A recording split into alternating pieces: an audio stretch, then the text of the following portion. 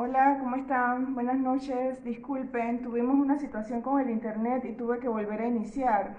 Así que bueno, como les decía, estábamos conversando con el escritor Jaime Troyano. Gracias por unirse nuevamente, bienvenidos. Tuvimos una situación con el internet y tuve que volver a conectarme. Así que gracias por volverse a conectar. Gracias. Vamos entonces a conectarnos con Jaime Troyano, escritor, historiador, especialista en turismo y experto en temas del canal.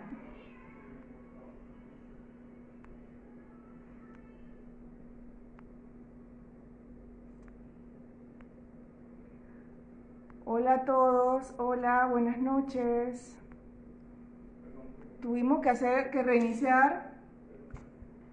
Ahora sí, ¿verdad? Tuvimos que volver a entrar nuevamente porque por este tema de como que hubo un bajón en internet. Bueno, la ventaja de todo esto es que nos da más tiempo para conversar. Vamos a hacer la conexión.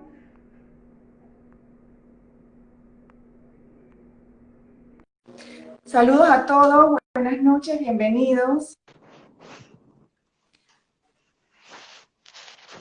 Hola, Jaime, otra vez, Hola. ¿me escuchan? Sí, ahora sí, perfecto. Ah, perfecto. Bueno, yo le digo que la ventaja es que tenemos un poquito más de tiempo adicional. Sí, Usted nos claro. estaba contando, Jaime, que Ajá. toda esta pasión por el tema del Canal de Panamá y el inicio de sus libros se debió a que su mamá le dijo, ¿por qué no escribes un libro? Y de allí usted se dijo, ¿por qué no? Correcto. Es así. Sí, así de la nada. Entonces inicié un proyecto que no esperaba hacerlo quizás nunca. Como habías explicado y mencionado, me tomó 2 años desde el inicio hasta publicarlo y tenerlo en alguna tienda o algo. Fue investigación ardua que tuve que hacer y buscar y hay cosas que no están en la biblioteca y otras que sí. Y esto fue algo un poco difícil, pero logré hacerlo y hasta me quedó gustando y quise hacer otro, la segunda parte. Así que fue algo que el primer libro, para lo que no saben, se llama 100 años de curiosidades del Canal de Panamá. Este libro habla y comenta sobre datos curiosos, datos interesantes del canal. No es un libro tradicional sobre el canal que usted va a abrir y primero va a ver lo que es la historia, de cómo fue la idea de hacer un canal aquí en el Istmo de Panamá y los franceses. O sea, sí doy datos de estos, pero con un poquito más de curiosidad, un poquito más de datos interesantes que va a llamar la atención y va a captar su atención para seguir leyendo y querer saber más sobre estas cosas. Sí, a los que se están conectando por segunda vez, voy a hacer el énfasis que estamos conversando con el escritor Jaime Troyano, especialista en temas del canal, ha estudiado turismo, es orientador, historiador y bueno, trabaja en el canal de Panamá como guía y también nos dijo que capitán, ¿verdad? Sí, también. Ah, perfecto. Yo compré el libro 100 años de curiosidades y eso que usted acaba de mencionar es verdad.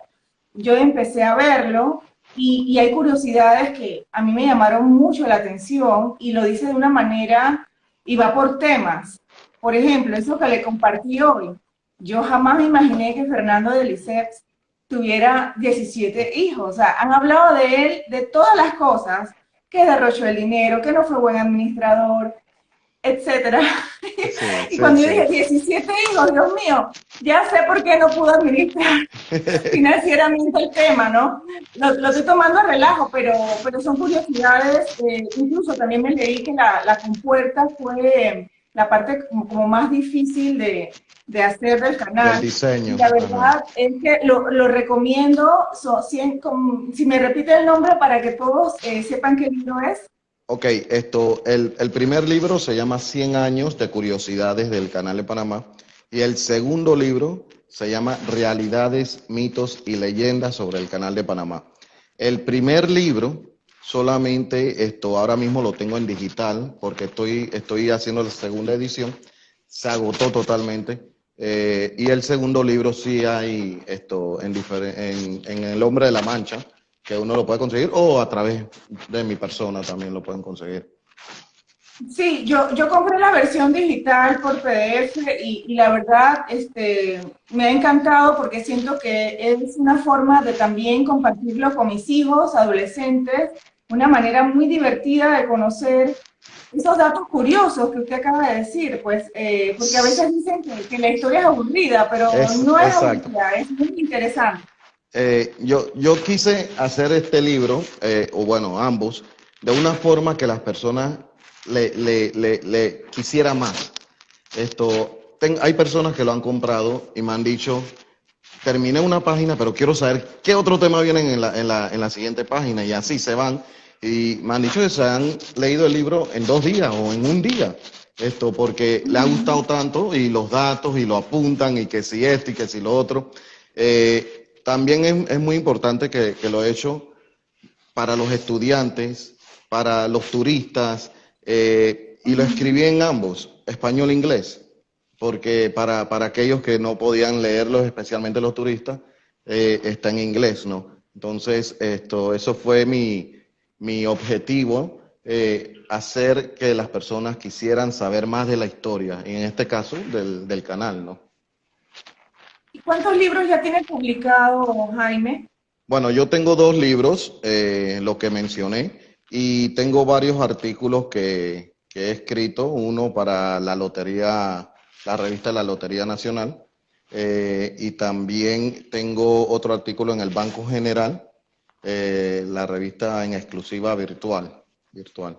Esto, Creo que hay otro, no recuerdo ahora mismo sí, que fue donde fue, pero sí, he escrito como tres artículos, de datos diferentes de lo que está en el libro también.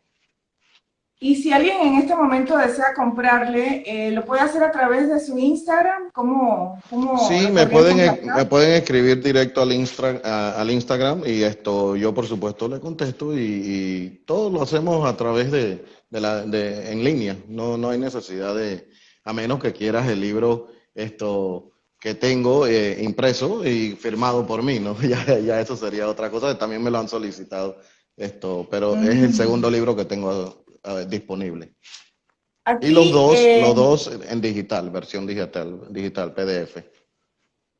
muy bien. Igual en el tema del conversatorio está el Instagram. De todas formas, nos lo puede decir, Jaime. El Instagram es PTY Canal Fan, PTY Canal Fan. Ahí en mi cuenta de Instagram también, aprovecho, todos los días o prácticamente un día sí, un día no, trato de colocar datos curiosos con fotos.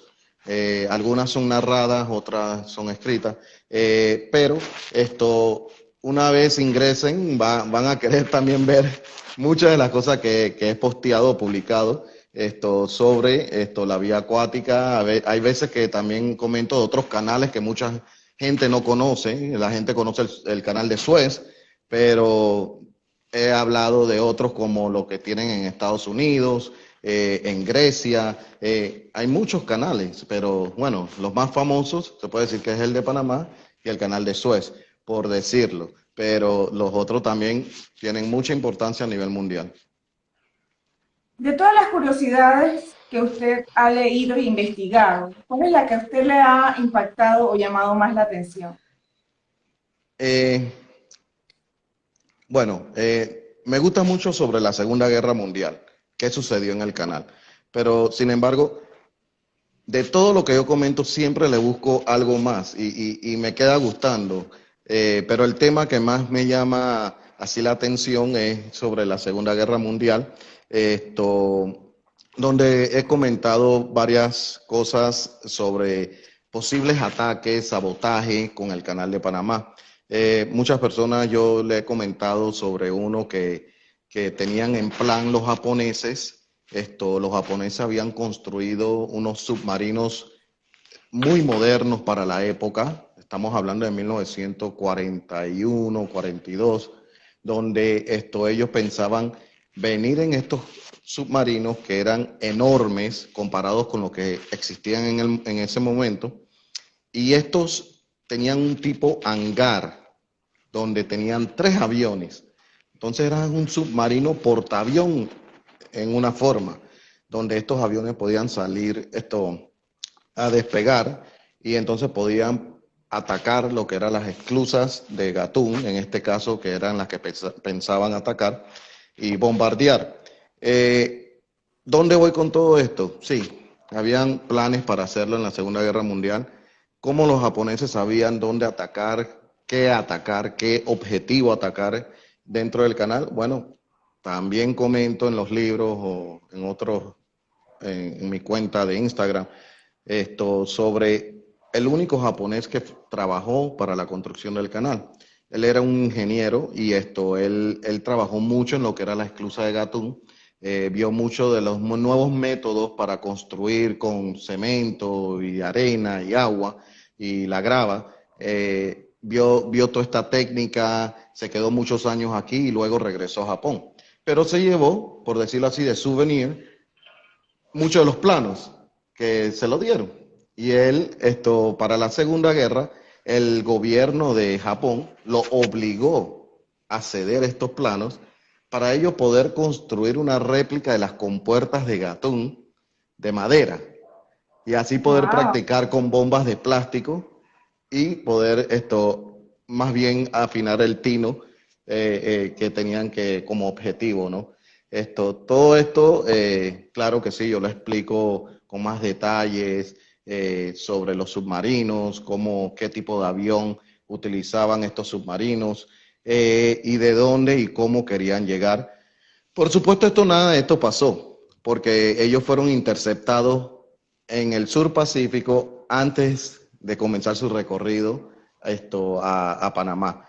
Estos submarinos finalmente quedaron bombardeados en Hawái por los Estados Unidos, lo bombardearon después que estudiaron toda la tecnología que tenían. Ellos no habían visto la tecnología que ellos habían inventado. Sacaron toda la información y luego bombardearon los submarinos y están en el fondo cerca de Hawái. Ese es uno de los temas, ¿no? que comento así sobre curiosidades, ¿no? del canal. Claro que hay muchas, Ferdinand de Lesseps, muchos lo conocen, que fue un señor que fue a Egipto, hizo el canal de Suez, pero muchas personas no saben que él era un muy excelente, por decirlo así, excelente relacionista público. Él no era ingeniero. Él vino aquí un par de días antes de la inauguración del canal francés y luego se fue. Él dejó a su hijo encargado. Él jamás se quedó aquí para la construcción del canal. Regresó una segunda vez, pero él se encargaba de más bien promover lo que era el canal francés y buscar cómo obtener más presupuesto para este canal. Él fue a Estados Unidos, él fue a otro canal que también le dijeron para ver si él quería construir. Esto fue en el Mediterráneo. Él también, muchas personas no saben, pero él fue el que presentó la Estatua de la Libertad como regalo de Francia en Nueva York. Así que hay muchos datos que la gente piensa que solamente es uno y bueno, pero demasiado. Y si uno sigue excavando, por decirlo así, va a encontrar más, Sí, eso era lo que iba a decir, que al final del día, pues siempre tienes mucha información, pero como que nunca terminas de aprender algo nuevo y de descubrir Ujú. algo nuevo con esta historia del Canal de Panamá. Aquí nos Sí. comenta Arqui Escartín que él Ujú. tiene tengo la curiosidad de que en los momentos en que se construyó el Canal de Panamá, ya los franceses su experiencia era de canales a nivel, pero los Estados Unidos ya tenían la experiencia de las esclusas. Sí, Estados Unidos tenía varias esclusas ya construidas antes de llegar aquí a Panamá.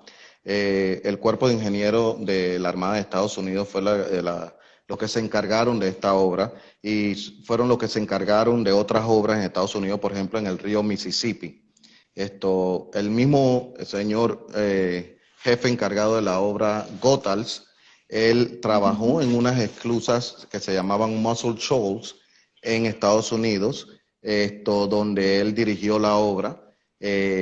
Otros asistentes de él aquí en Panamá, como Hodges, que es otro ingeniero, trabajaron en las esclusas entre Estados Unidos y Canadá, que se llaman Soo Locks. Ellos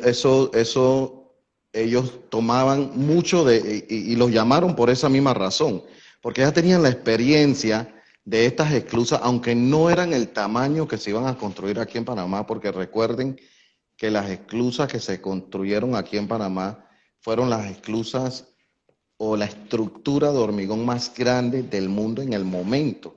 Entonces, ellos estaban construyendo algo gigantesco comparado con lo que existía. Pero sí, es más, el mismo Goethals viajó en 1912 a Alemania a ver otras esclusas que existían allá. Y sí, existían esclusas, simplemente era ver en los conceptos y si eso iba a funcionar aquí en Panamá. Estados Unidos comenzó a construir el canal. Esta es otra cosa que mucha gente quizás no sabe, pero una vez iban construyendo el canal, ellos habían decidido, bueno, vamos a hacerlo de esclusa, porque ya vimos que los franceses fracasaron a nivel, es posible, así que cualquier adaptación de que nosotros quizás cambiemos, vamos a hacerlo de una forma que podamos cambiar a un canal a nivel. Y de esa forma iban avanzando, pero por supuesto ya a lo largo del tiempo, cuando iban construyendo, vieron que lo más factible era un canal de esclusa y se mantuvieron con el concepto de canal de esclusa. Entonces, Estados Unidos, para mi concepto, aprendió mucho de lo que hicieron los franceses y muchos de los errores que no quisieron cometer ellos. Entonces, los franceses perdieron mucho aquí. Y lo más valioso que de los 40 millones de dólares que esto les costó a Estados Unidos, en realidad fueron los planos y los mapas y estas cosas, estos estudios que habían hecho los franceses, porque muchos de los edificios ya estaban muy abandonados y obsoletos. Mucha de la maquinaria estaba obsoleta y en ruinas. Entonces ellos arreglaron lo que pudieron y lo otro lo tuvieron que prácticamente demoler para entonces comenzar a hacer esa nueva, ese nuevo pueblo conocido como la zona del canal. Wow, cuántos datos impresionantes. Aquí nos preguntan que si es cierto que los franceses compraron palas para nieve. Es un Barras en concepto, sí, eran palas de madera que ellos compraron miles. No solamente eso, ellos gastaban el dinero de una manera que no se entendía. Compraron miles de bolígrafos, miles y miles de bolígrafos porque ellos decían que iban a firmar una vez esto se inauguraba con todos estos bolígrafos. Esos bolígrafos eran del bolígrafo antiguo con esa puntita. Una vez llegó a Estados Unidos, esos bolígrafos estaban todos dañados por la humedad, corrosivo, o sea, todo no funcionó y fue dinero que se perdió. Así que esto sí, hay curiosidades como esa, como la pala, los bolígrafos, los vagones que utilizaban los franceses eran demasiado pequeños, eran vagones específicamente utilizados en ese tiempo para las minas. Entonces eso no iba a funcionar aquí en una excavación tan grande que la esperaba. Esas son errores que cometieron que Estados Unidos no iba a cometer porque aprendieron de eso. Muy bien, muy bien. Y usted mencionó que usted se prepara en el sentido que investiga y que le toma tiempo. Toda esta investigación, Jaime, ¿la hace aquí en Panamá o ha tenido que viajar para hacer sus investigaciones? Bueno, en el caso mucha de la información está aquí.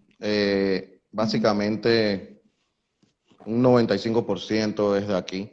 Es muy importante saber que Estados Unidos se llevó mucha información a los museos y al Archivo Nacional de ellos, así que ahí hay bastante información también. Pero aquí esta es otra cosa que mucha gente desconoce. Aquí hay una muy buena biblioteca que uno puede ir, público general, que está en el Ascanio Arosemena, el antiguo Balboa High School. Entonces, eso uno puede visitar, ver todas las colecciones de libros que tienen, no solamente sobre el canal, tienen mucha otra información. Y ahí he conseguido muchas de las cosas, y ahí van a encontrar mi libro porque también lo doné a la biblioteca, ¿no? Como agradecimiento de toda la información. Ahora, mucha de la información también la tengo porque tengo 21 años laborando ahí. Entonces, tengo mucha información que he tenido que aprender a lo largo del tiempo, ¿no? Le iba a decir que usted está casado con el canal porque le gusta, ha escrito y trabaja para el canal. Bueno, es algo como que dice que cuando uno disfruta, cuando uno trabaja en lo que uno disfruta, no es trabajo. Y me da la impresión que ese es su caso. Se puede decir, se puede decir esto. Es algo diferente, ir siempre y explicar algo diferente. Por supuesto, ahora en este momento, como todos estamos pasando por una situación donde en mi caso, no hay turistas. Entonces, pero es un momento donde uno quizás puede sacar y tener más información una vez ya esto comienza a funcionar otra vez, que gracias a Dios será pronto, ¿no? Y todos podremos entonces seguir adelante. Pero sí, es un trabajo que para mí, no es un trabajo normal que dejo cosas pendientes para el día siguiente. Yo lo hago en el día, yo lo hago en el día. Sí, Sí, no, y le gusta y le apasiona, que es lo importante. sí. Entre los datos curiosos que estaba leyendo, Ajá. en el primer tema que usted pone en su libro es sobre la primera vez que todo inició, es decir, desde la primera vez que se empezó a ver como esa ruta, la expedición, y esto empezó desde que Carlos V en el año 1529 solicitó a que se hiciera pues esa investigación. Y Ujú. me llama la atención que desde ese entonces, aquí apunté que Vasco Núñez de Balboa pues comentó que dijo que era una empresa o un cometido muy arriesgado y a la vez que no iba a haber dinero para ello. Después recordé que esas fueran razones que con el tiempo, el tema del dinero, que era muy difícil. Sí. ¿No piensas, Jaime, que esta construcción del canal en aquellos tiempos, terminando o sea, estamos hablando de 1529, pero después volvimos al siglo XIX, o sea, han habido momentos en el tiempo en que volvemos a ver si se puede hacer el canal o no? ¿Qué tan adelantados estaban las personas que pensaron en esto del canal de Panamá? ¿Qué tan adelantados estaban en su visión? Bueno, puedo decir que desde Vasco Núñez de Balboa, en 1513, es donde se ve ya una visión de que se podía hacer algo. Por supuesto, que estamos hablando que para 1529 fue cuando el rey de España en ese entonces quiso hacer algo sobre el tema, pero no fue hasta 1534 que en realidad se hizo todo. Pero por supuesto, estamos hablando de cientos de años atrás.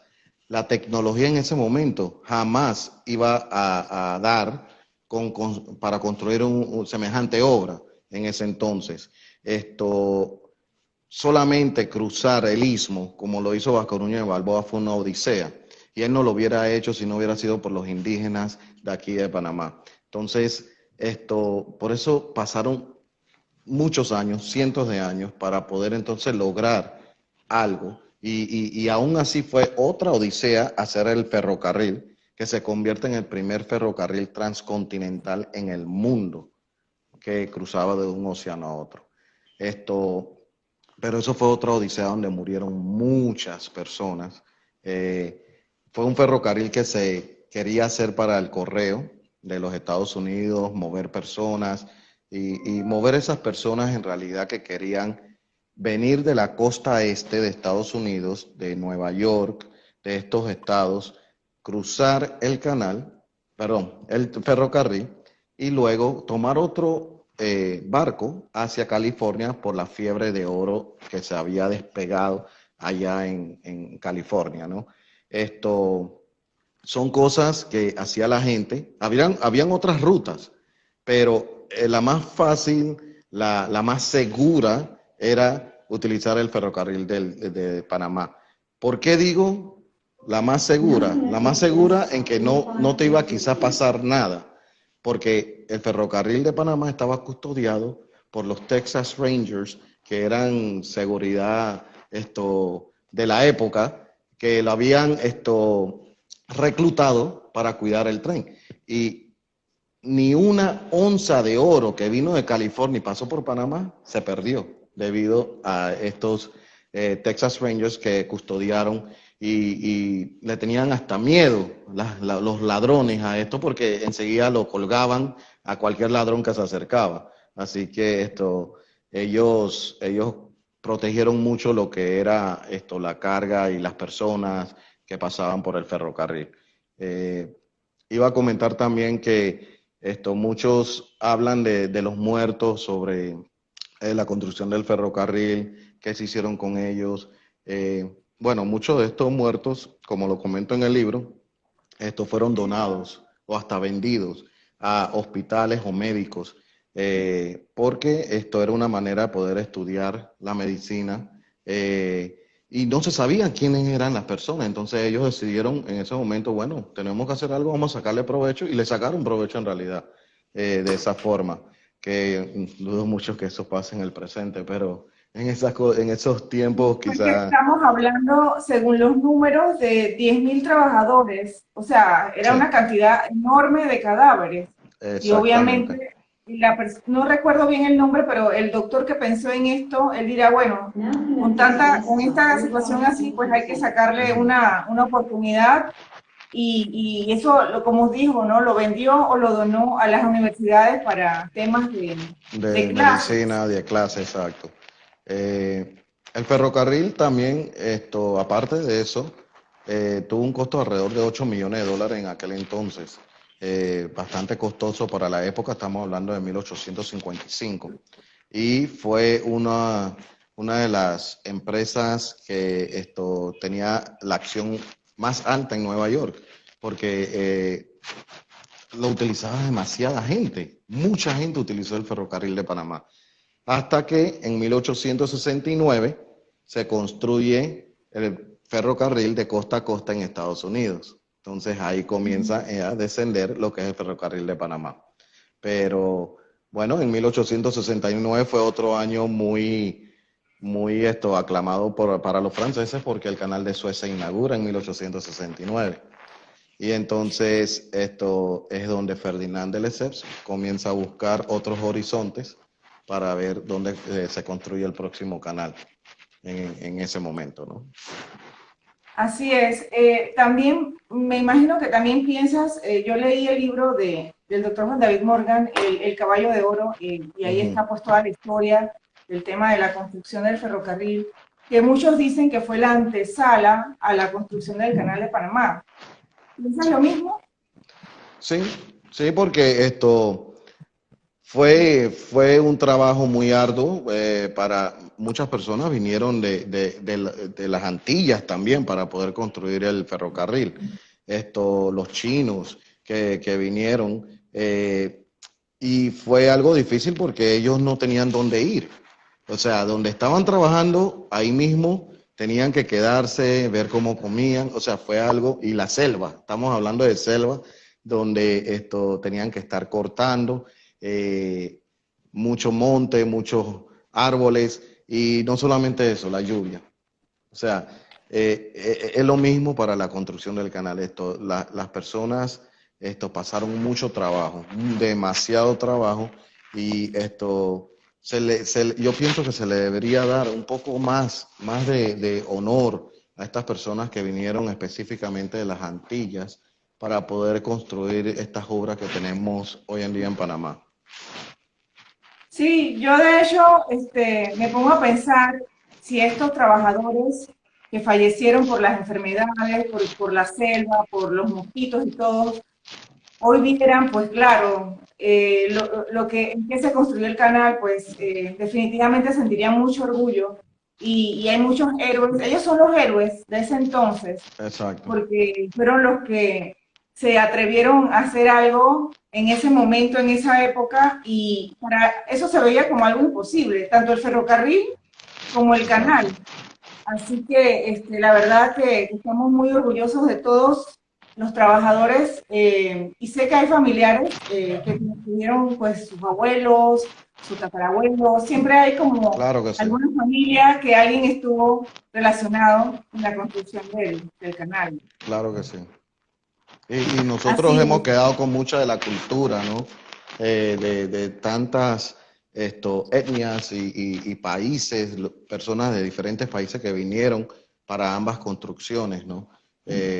Por eso es que nosotros tenemos tanta variedad en lo que es la cocina, lo que es cultura, todo esto, y es debido a estas construcciones que pasaron aquí en Panamá. Así es. Bueno, sabemos que el Canal de Panamá ha sido como testigo de muchos eventos a través del tiempo y este tema, el Canal de Panamá a nivel tanto local aquí en Panamá como a nivel internacional, es un tema que genera a veces muchas emociones, sentimientos, patriotismo Ujú. y muchas emociones encontradas. Quisiera saber si tú en algún momento de la historia has sentido que nuestro canal ha estado en peligro. En el presente, no. En realidad no, nunca he visto o sentido algún tipo de peligro con el canal.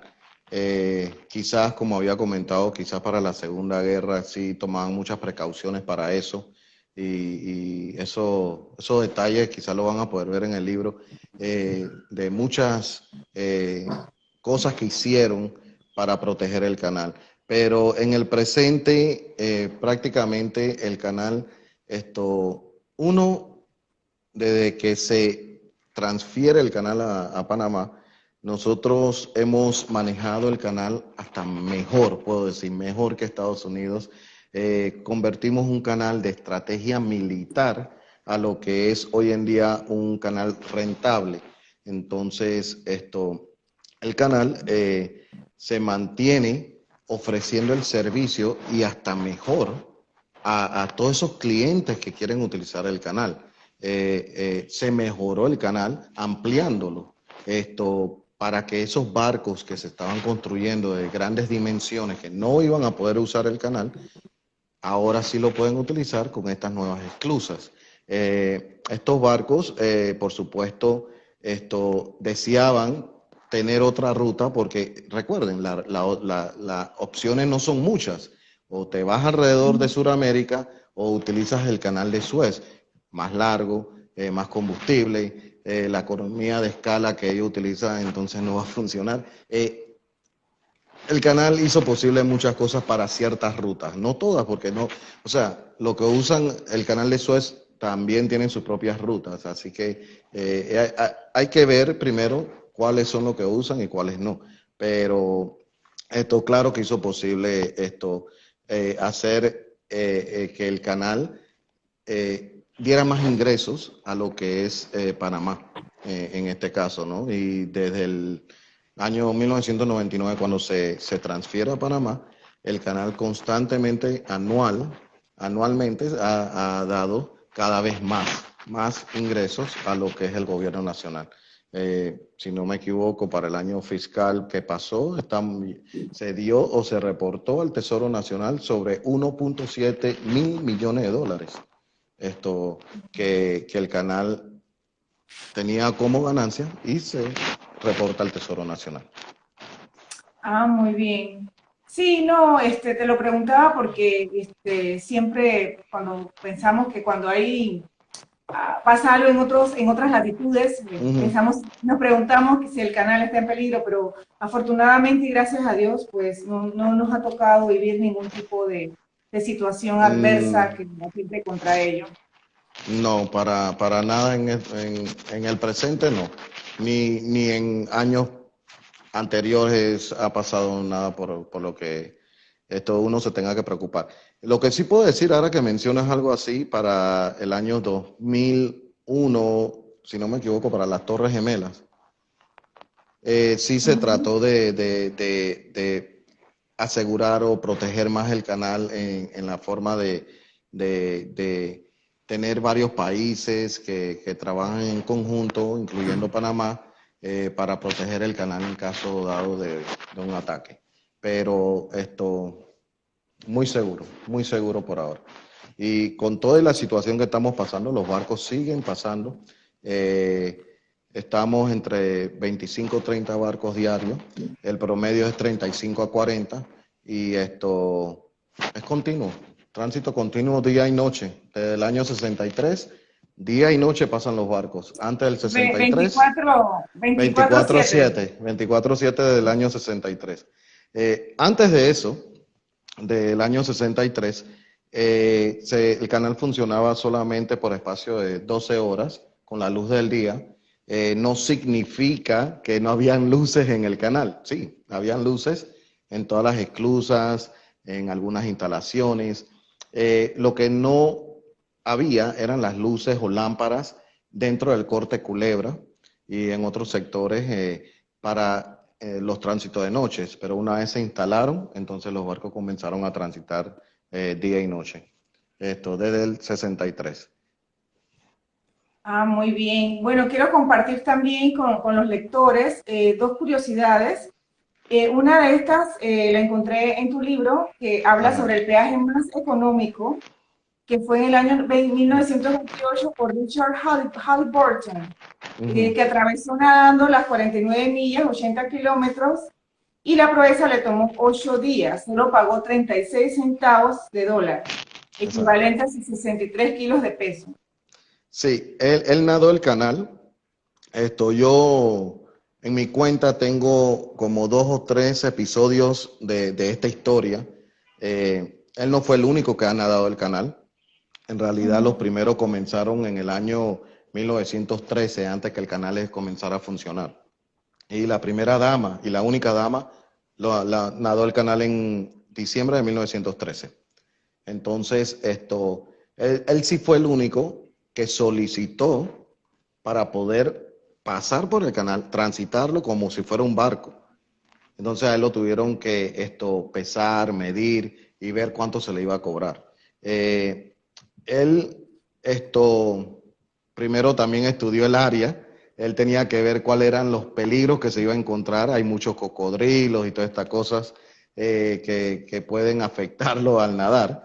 Richard Halliburton era un aventurero, escritor también, donde él le gustaba hacer todos estos tipos de hazañas en diferentes lugares del mundo. Él nada el canal en 8 días y él lo nada con el nombre de SS Halliburton. Le pusieron el nombre de un barco. Steamship Halliburton. SS Bueno, Halliburton. Y una vez terminó, él fue el único que hizo el tránsito como si fuera un barco. Subió en las esclusas y bajó en las esclusas. Claro que él se agarraba a un pequeño bote que lo seguía y era donde iba un fotógrafo, donde iba una persona que remaba y donde iba un francotirador. Este francotirador era por si cualquier cocodrilo, tiburón en la bahía o algo se le acercaba. Otra cosa que mucha gente no sabe de Richard Halliburton es una vez terminó de nadar el canal, él decide hacer parte del trayecto que hizo Vasco Núñez de Balboa. Se va a Darién y entonces comienza a ver de cuál fue el cerro y que le decían uno y que le decían otro cerro bueno, él subió el Cerro Pirre, si no me equivoco, en ese trayecto, en esa aventura, vio que tenían un tigrillo, una choza, tenía un tigrillo, y él se lo pidió a las personas porque era un tigrillo bebé, y se lo llevó como mascota. Después de esa aventura, él se lo lleva para Nueva York, el tigrillo. Y ese tigrillo se así. quedó en Nueva York, en el zoológico del Bronx de Nueva York, allá, un tigrillo panameño. Porque no lo podía llevar para todos lados, ¿no? Pero sí, como que se enamoró del tigrillo y se lo quiso llevar. Pero finalmente él muere en otra hazaña, otra aventura, saliendo de China en un pequeño bote que trató de salir, por tormenta se tuvo que regresar. Y en la segunda vuelta, cuando salió, nunca se escuchó más de él. Parece que en otra tormenta quedó perdido y quién sabe qué le pasó. Bueno, el nombre de él quedó para la historia, Richard Sí, Halliburton.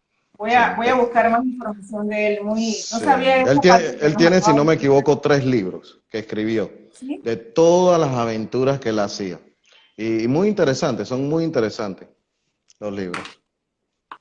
Ah, qué bien. Sí. También estaba investigando sobre, bueno, cuántas personalidades y gente famosa y, bueno, cuánta gente no ha pasado por el Canal de Panamá, ya sea que haya ido en un barco o haya simplemente venido y haya ido a conocer. Entonces, Miren, estaba leyendo que ajá, Paul Gauguin, el famoso pintor francés, estuvo en Panamá buscando paisajes tropicales en el año 1887 y que a sus 39 años él se enlistó como obrero en la etapa francesa de la construcción del canal, pues necesitaba dinero para viajar a Martinica. Y trabajó en la obra durante 2 semanas, en la que soportó las intensas lluvias tropicales y contrajo malaria. Paul Gauguin, muy sí. interesante. No sé si usted tiene alguna información o Algo, anécdota de alguna otra personalidad bueno, que haya algo estado por acá. curioso del pintor es que él se va para Taboga después. Y él ¿Sí? pensaba hacer algo en Taboga, pintar algo, buscaba como la inspiración, pero estuvo como 3 meses ahí y no hizo nada y se fue después. Pero le gustó mucho Taboga. En ese tiempo las personas buscaban Taboga para quedarse y era como un alivio del istmo. Entonces, es más, se construyó ahí hospitales, un hospital, primero por los franceses y después por Estados Unidos, donde para recuperarse lo mandaban a Taboga. Entonces, claro, la playa, el sol, eso tenía su propia agua, tenía estos diferentes tipos de vegetales, frutas. Así que la pasaban muy bien en Taboga. Hablando de las personas famosas, por supuesto, Albert Einstein pasó por Panamá también, cruzando el canal en los años 30. La reina Elizabeth también vino a Panamá y pasó por el canal, visitando el canal, por supuesto. Y así han venido muchos artistas, muchos presidentes, desde Obama a tenemos a actores como Robert De Niro, de todo, o sea, el que viene a Panamá y no visita el canal es como si nunca pisó Panamá. Entonces, Así mismo. sea artista, sea famoso, ellos quedan en el canal, ellos quedan allá. Y no es desde ahora, sino desde la construcción. Antes que el canal se terminara su obra en 1914, para 1911 y 1912 se estaban recibiendo 20.000 personas para ver nada más la obra. 20.000 turistas que venían a Panamá a ver la obra. Así que esto atrae mucha gente, atrae Sí, demasiada de gente. hecho, el año en que estuvo el Papa con el tema de la JMJ, yo tuve como peregrinas a dos chicas de Haití y a un joven del Congo. Ujú. Y bueno, que ellas querían conocer el canal, desde África hasta Haití, pues el canal es como quien dice canal sinónimo Panamá. Y aquí Exacto. Michael, hola Michael, nos está preguntando si ya hablamos sobre la gente negra en la construcción. Sí hablamos de los trabajadores, pero no sé si nos puedes hablar sobre específicamente qué influencia o impacto tuvo la gente negra en la construcción del canal.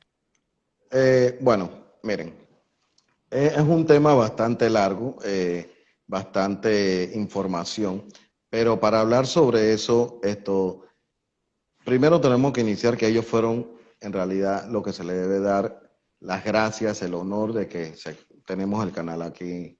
Ellos pasaron mucho trabajo una vez llegaron aquí a Panamá. Muchas personas dicen sí, pero en ese entonces los salarios eran muy buenos y por eso es que la gente venía a construir, a venir a trabajar para la construcción del canal. Sí, Pero tienen que pensar que en 1904, cuando Estados Unidos viene, ellos vienen con la mentalidad de segregación también. Y especialmente la mayoría de los que mandaban eran sureños, los militares y las personas eran sureñas. O sea que el racismo en esa época era bastante pronunciado. ¿Qué sucede? Que ellos quizás no lo tenían como en Estados Unidos y que esta fuente de agua es con un letrero que diga blanco y fuente de agua para negro. Ellos lo tenían dividido como gold y silver, que son los patrones de salario, oro y plata. Entonces, de esa manera, era una manera de segregar. Y también utilizaban lo que era la ley Jim Crow, que es la ley racista de Estados Unidos en esa época. La vivienda no era la misma para los afroantillanos que las personas que eran de patrón oro.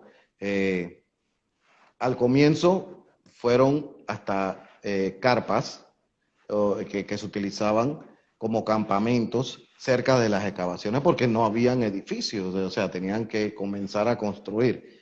Para 1905, 1906 ya se veían más bien casas que se le daban a estas personas, pero ellos no tenían todos los privilegios que tenían los de patrón oro.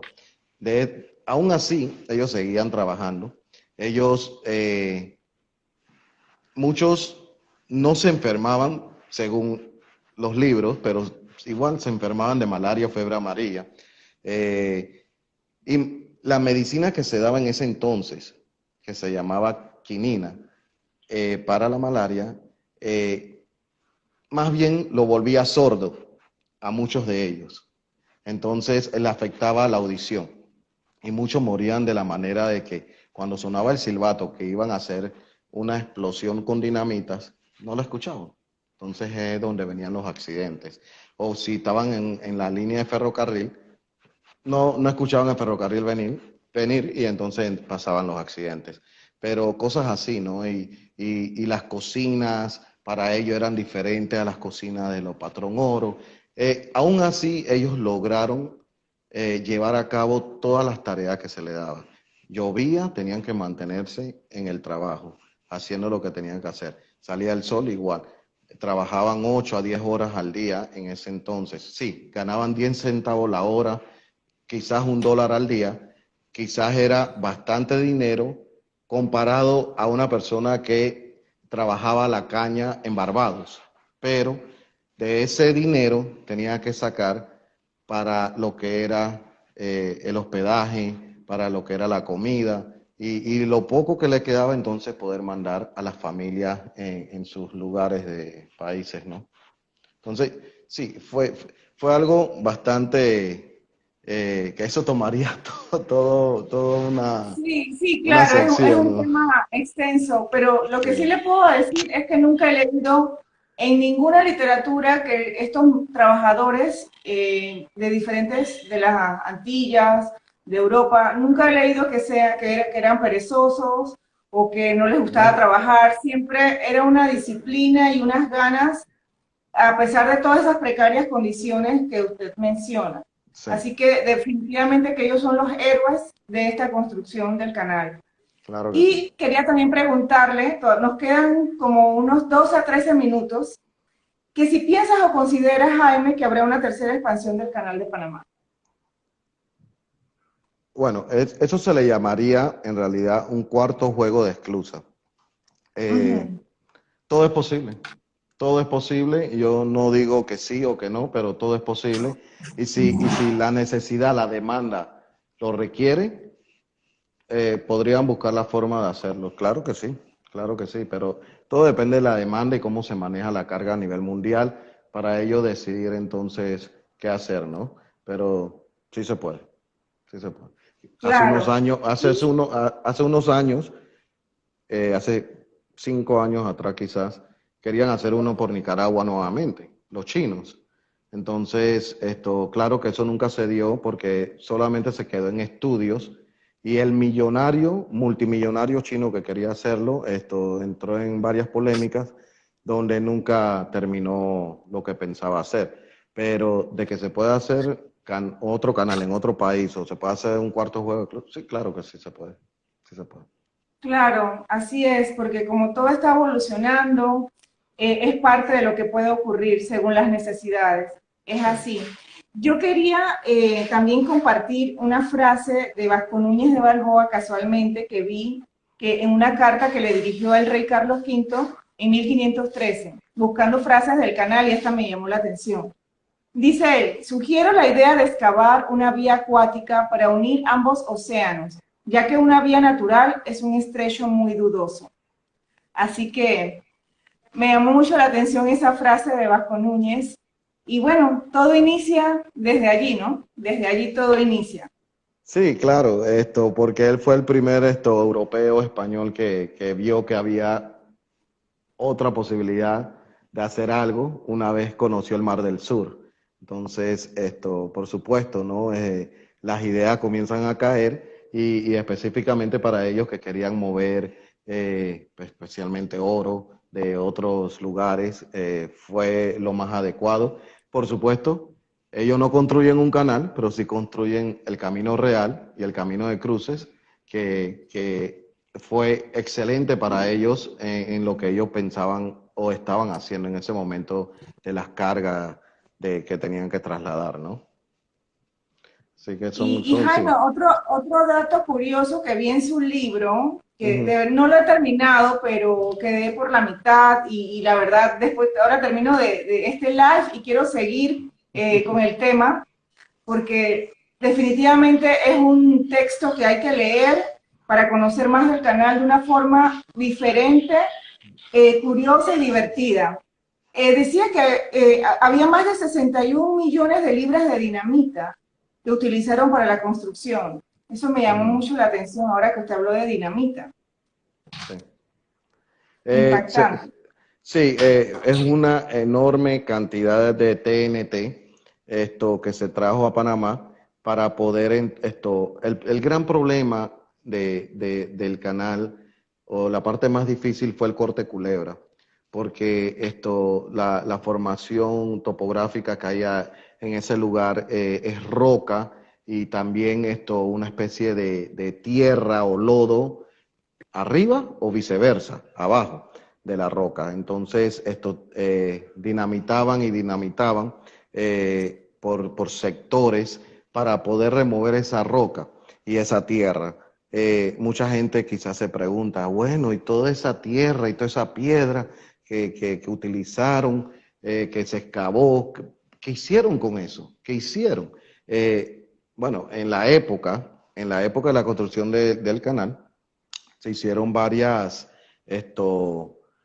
ideas o para que la gente tuviera una idea de qué cantidad de tierra, porque si le digo de que 232 millones de yardas cúbicas, las personas se van a quedar que, bueno, ¿eso qué es? Pero hicieron más bien como una comparación y entonces decían, bueno, si tomas un ferrocarril, un tren y lo llenas de 20 vagones llenos de tierra y piedra o roca, le puedes dar 4 veces la vuelta a la Tierra. Y cosas así, entonces yo que, wow, ahora sí entiendo. Bueno, ¿qué se hizo con todo eso? El 75% de esa tierra y esa piedra, roca, se utilizó para rellenar. Lo que es el área de Amador, lo que es el Causeway, que es un rompeola que conecta las islas de Naos, Perico, Culebra y Flamenco. Todo eso es relleno de la tierra y piedra. Lo que son las esclusas se utilizó también parte para rellenar. La represa de Gatún, el rompeola de Limón, de la bahía de Limón. El 75% se utilizó y el 25% restante se depositó en la selva. Así que esto se utilizó para muchas cosas porque todas estas áreas de Amador, de Balboa, de Albrook, eran manglares, eran estos lugares donde no se podía ni caminar. Entonces todo eso fue rellenado, todo eso. Ah, sí, aquí nos comentan que la isla Naos, Flamenco y Perico se unieron con esas piedras. Muy Exactamente, interesante, muy exactamente. interesante. Ah, qué bien. Bueno, ya casi a 5 o 6 minutos de terminar este espectacular live con toda esta información que ha compartido con nosotros, yo también hace poco, y creo que se lo comenté cuando escribíamos, que yo leí El largo pétalo de mar de Isabel Allende, Sí. y ella ahí comenta que pasó por el canal de Panamá el navío Winnipeg con los 2000 inmigrantes que venían de Francia huyendo a la Guerra Civil Española. Ujú. Así que me encanta cuando leo temas del canal de Panamá en otros libros. Claro, Así que no sé si claro. usted sabía de ese dato también, me imagino que sí. Sí, sí. Pero de otro dato parecido a ese no he visto ni he escuchado, pero puede pasar, puede pasar. El canal, tantas cosas que han sucedido y han hecho, hay rutas que le llamaban dentro del canal el Banana Channel, que era que el banana, porque el área de la zona del canal fue un gran productor de bananos y mucha gente tampoco sabe eso. Entraba y salía muchos bananos del canal hasta que se volvió una buena industria en esos tiempos, hace 50, 60 años atrás. Cruceros de cientos y miles, puedo decir, de cruceros pasan por el canal hasta antes de abrir el canal. Y se utilizó un crucero para probar las esclusas. Así que sí, son demasiadas cosas que todavía hay mucho para decir. Demasiado. Así, así es. Bueno, Jaime, ya a los casi 4 minutos que nos quedan, los Casalecturas te da las gracias por aceptar la invitación. Gracias, Cintia.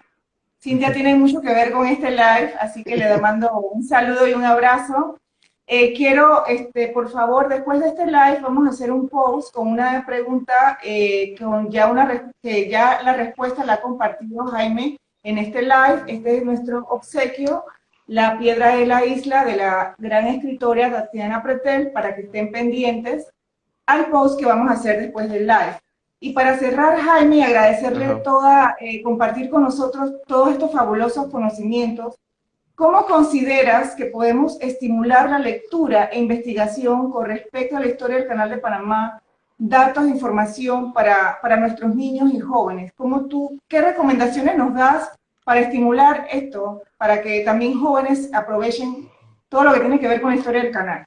Bueno, yo creo que tiene que ver mucho de cómo uno la narra, uno la comenta, uno la dice o la escribe.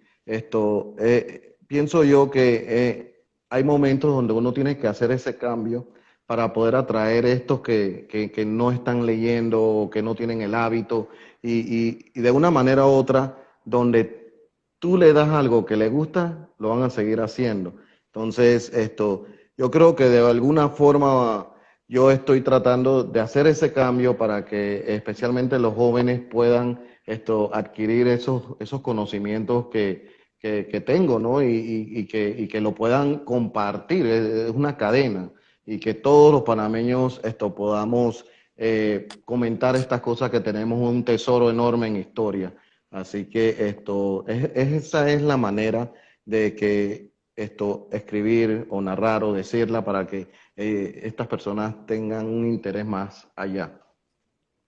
Y yo creo que también, Jaime, tus libros y el de muchos escritores, pero específicamente el tuyo que tiene que ver con el canal, le das a cada uno de nosotros los lectores como esa semilla para seguir investigando. Porque, como quien dice, aquí está la información, te la estamos dando, pero uno se queda también con muchas otras preguntas y les das Claro que a sí. esa curiosidad de saber más. Esa inquietud para conocer más y saber más, exacto. Sí, mira, es importante que estas personas les guste y por eso yo doy mi correo o doy que me escriban al Instagram para responder. Siempre trato de sacar el tiempo para responder las inquietudes.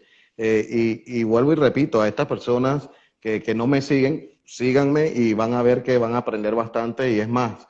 He tenido personas que me han dicho, hasta a mis hijos lo tengo siguiéndote para que conozcan más sobre la historia del canal. Y yo no conozco a las personas, pero me están diciendo esto, ¿no? Pero bueno, quizás las fotos también ayudan mucho, o los Sí, videos. Sí. Jaime, nos quedan 20 segundos. Ok. Me tengo que despedir, pero Hasta gracias por luego. todo. ¿Cómo Gracias. no? Hasta luego. Gracias a todos los que se conectaron. Vean el live después y contesten la pregunta para ganarse esto. Gracias, Jaime. Chao, hasta Saludos. luego. Saludos. Chao.